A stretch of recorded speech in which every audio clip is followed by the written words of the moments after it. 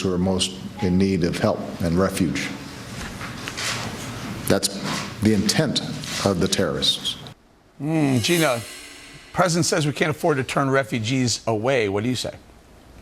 I say, you know, this is common sense, Eric. If you have a pipe burst in your house and your house is flooding, the first thing you do is you turn off the water. At some point, you have to realize that we have been under such massive terror threat, that we remain under massive terror threat, that our economy is tanking due to the burden of people that we can't afford. And it's not like the United States has so much that we just need more people. That's not the case. So President Obama is absolutely wrong. There's nothing wrong with compassion, but nothing says those people have to be brought here for us to be compassionate. We can help them where we are. We can help them in other places. Yeah, Rebecca, is this the time to be saying we need to continue to take more Syrian refugees in, especially a week after Brussels terror attacks?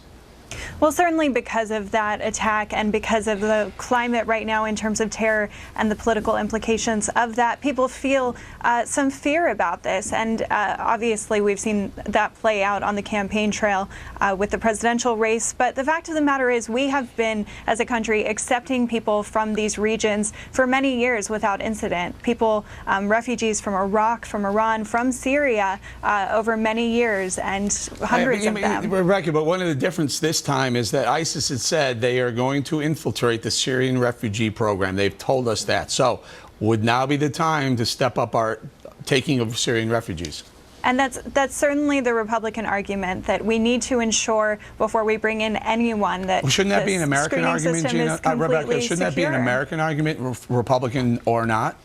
Well, it's actually the president's argument as well. He argues that the screening system we have in place is actually sufficient, and we are able to screen these people with confidence that they're not going to execute terror attacks on our soil. But Republicans disagree, and they think the screening needs to be a little more stringent. What do you say, Juan? Is this a Republican-only idea that the screening should be more rigid and stringent? Well, if I could just take a second of personal privilege. Gina, I want you to know the stock market is doing great. America's economy is not tanking, Gina. We are doing great. I look at those beautiful boats behind you. I think somebody owns them. Up. I don't know how you just deny that fact. Deny what? And deny what fact? Unemployment's 5%. The Wall Street is up through the roof. And they're going to tell you they're hurting. Small business owners all across the country are hurting. There are lots of people still out of jobs. Look, if somebody's struggling, Juan, how can you deny those people? I'm not denying anybody. Somebody has trouble.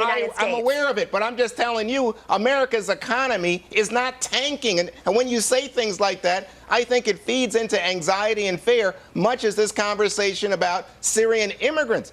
But, you know, suddenly, all of a sudden, every immigrant is a demon terrorist. That's just not everyone. Not everyone. No. Hold on, guys. I want to bring Jonathan in here. John, look, if you have I don't know, a coffee cup with only one drop of something, a virus in it, probably won't make you sick, but are you still going to drink the coffee cup? No, you're not going to. If ISIS tells you they're going to infiltrate the Syrian program, are you worried about one or two? Of course you are.